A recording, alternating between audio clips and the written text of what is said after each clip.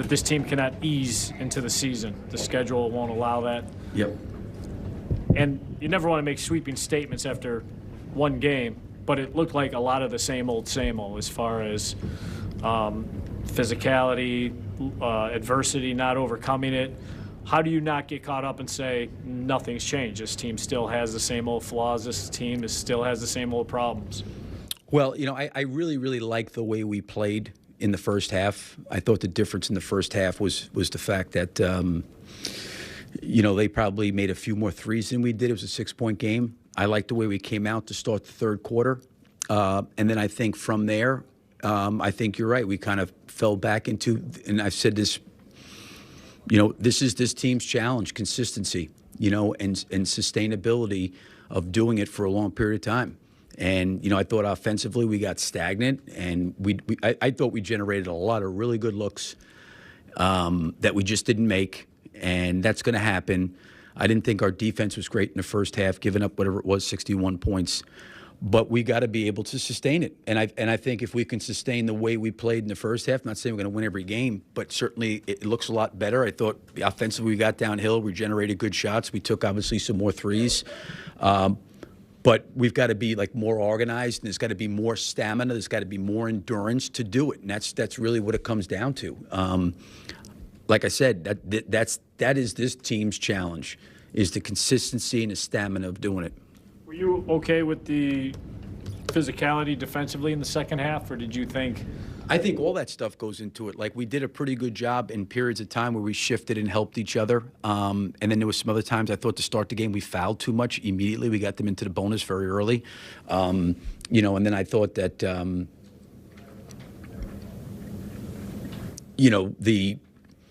physicality on drives, I think we needed to give more resistance going to the basket. I don't think there's any question about that. Billy, Nikola Vucevic clearly expressed some frustration one time when in the third quarter. It came after a stretch where you just drawn that technical foul, but also a stretch where you hadn't touched the ball very much on offense. What kind of happened from your perspective with that situation? Well, I'd talk to him about it, but I mean, I think whether he was frustrated not touching the ball, the way we were playing offensively, because I certainly could see it too.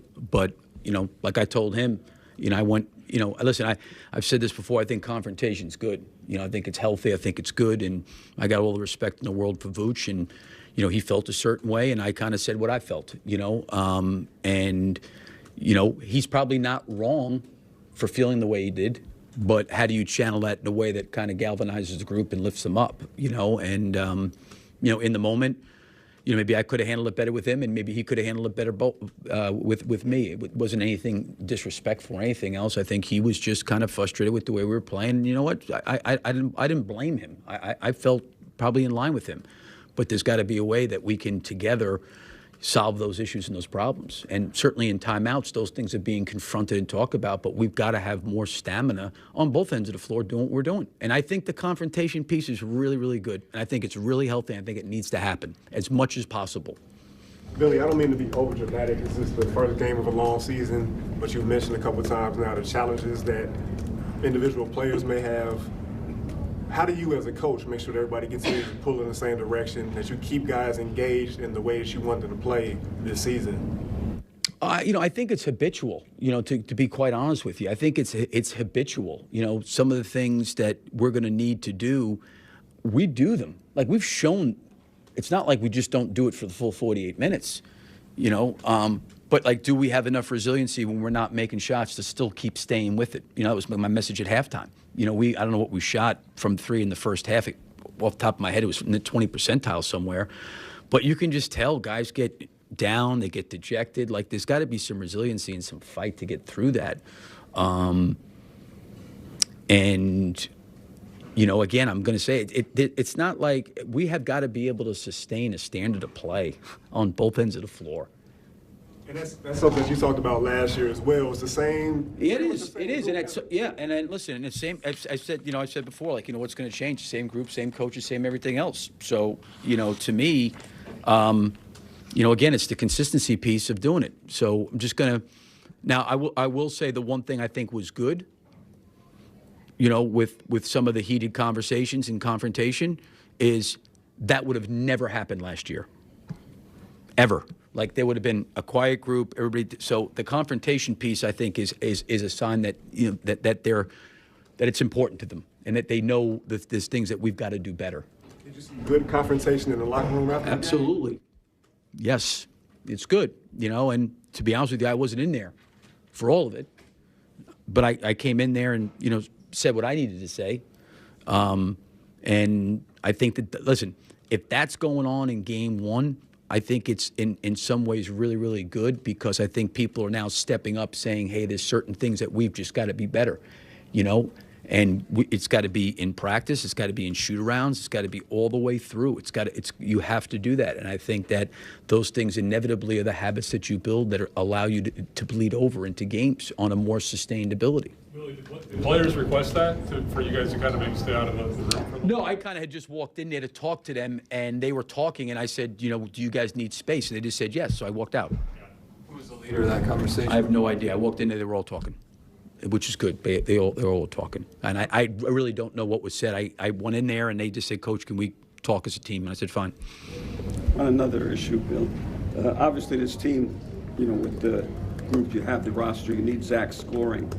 Obviously got in foul trouble, but what did you see from him tonight? I thought he had some good looks early. I think he was 0 for 5 at the half, maybe. He came out of the third quarter. He knocked down a couple shots. Again, I think the point of screens, the more he can win point of screens, where he's either coming off and shooting it or coming off and driving it. I think that's when he's at his best and elite doing that. I like some of the catch and shoot shots, he got. It was probably a hard rhythm game for him tonight, quite honestly, just having to sit out like he did for a good portion of that second quarter. But, again, I think when there's opportunities there, we got to take it. I mean, I don't know, we took 40-something threes tonight. I mean, it almost seemed like we gave up, passed up a bunch of shots. I didn't know we didn't shoot it particularly well, but, we didn't even – we could have taken a lot more, in my opinion. I'm not saying that we should have taken more with the way we shot it tonight, but, we've got to be able to, when we have them. And I think when Zach gets those opportunities, the more he lets it go, the better. Billy, if it comes down to shooting that many threes, do you focus on makes or do you focus on attempts? Because it seems like I keep hearing take threes, but how many makes are you looking for from this team? That's an interesting question because I've been dealing with the last 2 years how we don't take enough threes. Now we take 40 threes. Now it's about makes. No, I think for us, we got to play through the paint, and generally those threes are coming through the paint. So I think if they're good shots and they're open shots, we got to take them. And there's going to be games where you don't shoot it well. That's going to happen, but I think you want to still sustain that. I'm not going into any game telling them, hey, listen, we got to get up 45 threes. Or, hey, if we're 25%, we got to stop shooting. I'm not telling them that. To me, it's about generating good shots and good offense, and we've got to be able to generate good shots and good offense. And you know what? I want guys confidently shooting the basketball, and I think that's one of the things that was a little bit of an issue for us last year. Is I think we bypassed a lot of shots, so we got to take those shots. I don't know if you described what you were describing before was a team meeting. Is that concerning that you would have that after the first game?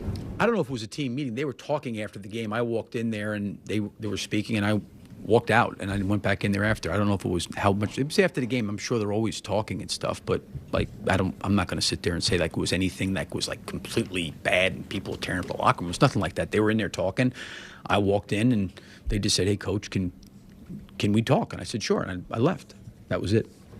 It's also a sign of growth, though. When you're working on something new, to be able to work it out is a sign of progress in a way. I don't know how you can work it out any other way without a level of communication. It's impossible to do that, and sometimes every conversation is not comfortable and every conversation is not easy, but conversations need to be had. And there's nothing personal. When I walked in there, not that I was there long, or even when I was there talking, there's nothing personal on any of this stuff. It's about, I think these guys do care and they want to be better, but they know there's habits they got to change and they got to break. And I think they're talking about trying to do that collectively as a group, and they've got to be able to try to find a way to do it. And I know communicating would at least be the first step to it. Because, here's the thing I'll say. When you don't communicate with somebody, you're basically telling that person, I don't care about you. And I think these guys have invested a lot in training camp, going to Nashville, and just different things that they've done to get connected as a team a little bit better. That when they're having conversations like that in communication, to me it says that they care about each other. Because when you don't care about somebody, there's no reason to communicate. You're probably down at Starbucks in the morning and you don't communicate with somebody because you don't know who they are, right? So it's just like, I'm just using it as an example. Just like if you're not talking to people, it's because you don't have a relationship. And sometimes our team, and I think Tori said it sometimes, team's quiet. But I do think that this is a good thing for this group, to be honest with you, to have these conversations. I'm a bad example. No, I'm sorry. But I think having it out is good. And I say having it out, it's not like they're screaming at each other.